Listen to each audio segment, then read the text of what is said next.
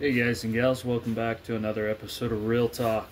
Today's episode, it's kind of a loaded subject. It's stepping into the nuisance world from being a fur-bearing trapper. Okay, and I've been asked to cover this several times, several different areas of this, so I'm just going to try to cover it all. If it gets too long, we'll split it up into a two section. So, alright, so there's several steps to switching from just a fur-bearing trapping to a licensed nuisance trapper for your state, right? And first off, let's talk about that licensing and insurance. Okay, so whichever state you're in, you may have to take a test, you may have to write down information and report it each year. You need to follow your state guidelines first off. That's number one, because you need to be licensed, and secondly, you need to be insured. As you all know, everybody's kind of sue happy these days. You know, if you make a mistake or an animal causes damage, you want to make sure you have insurance. Otherwise, you're subject to a lawsuit. So that insurance is going to help protect you there. Also, with that, you could have some contracts drawn up that would help protect you with certain types of nuisance work. Okay, so let's just cover that right out of the gate. Those are a few of the kickoffs.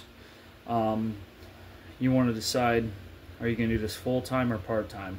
Okay, that's a big question.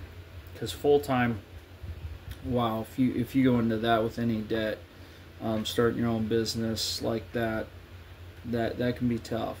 And if you do it part-time, you know, how many hours a week do you have available? What times are you going to be able to do that work?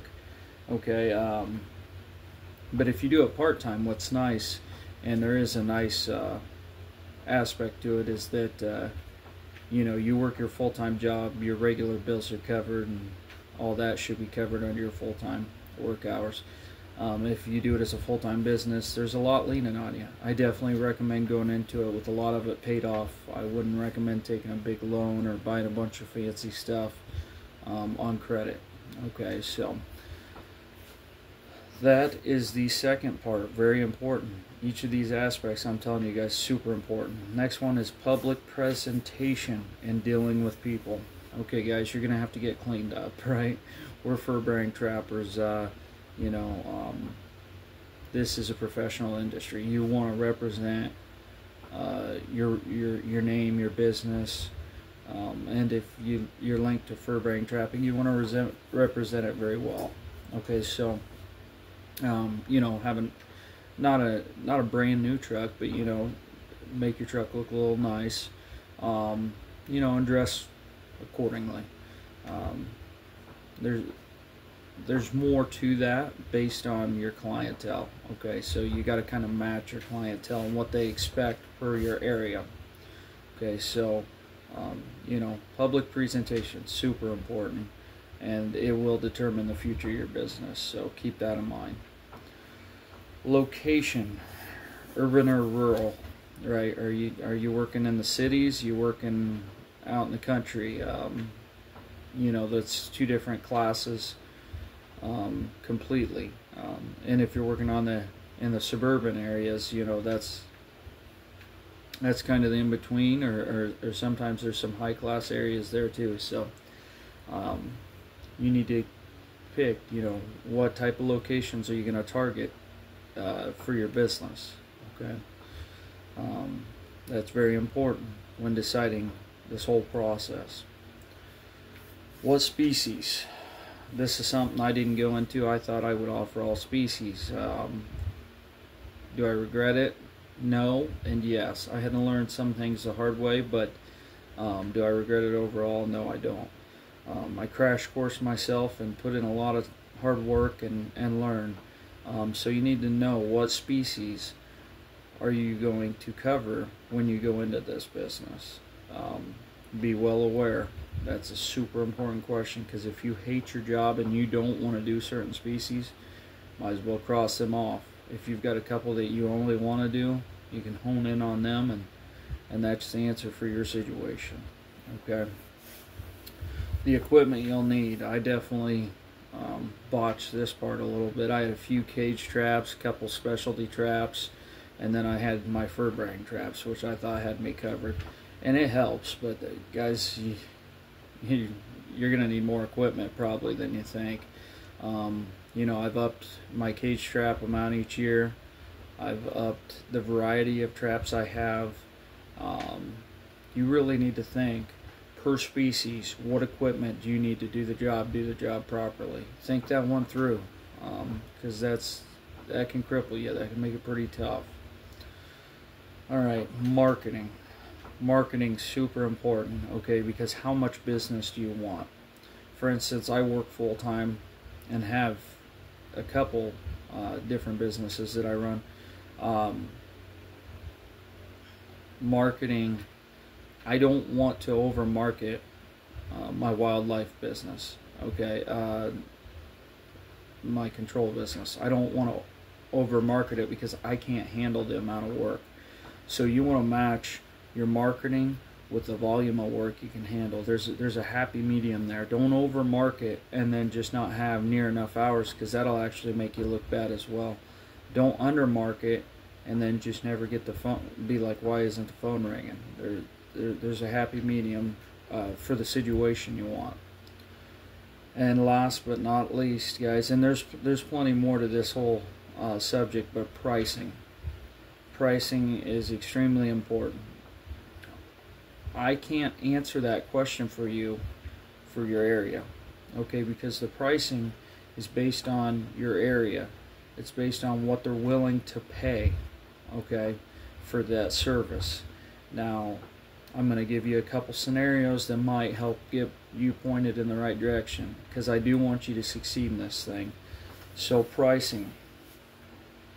If I'm going to go do a job in the city, I'm going to charge more than out in the country, unless it's a big country job with multiple farms, okay? So it's based on where, the location, whether it be city or out in the country, right? And the amount of work, the amount of effort I got to put into it. That's very important when factoring your price. You also need to factor your price with your competition in your area.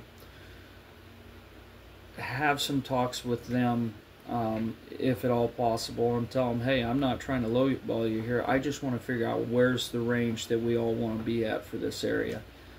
Some people are good to work with that, and some aren't. I've took some instruction from some great people in this industry that have kind of opened the talkway so we can figure out, you know, what the pricing should be per area. So per area, per size of the job, you got to factor in your travel. You got to factor in the equipment you're putting out there. A lot of times I like to charge a setup fee, and I charge that up front. That's for me to come there, analyze the situation, and set traps, right?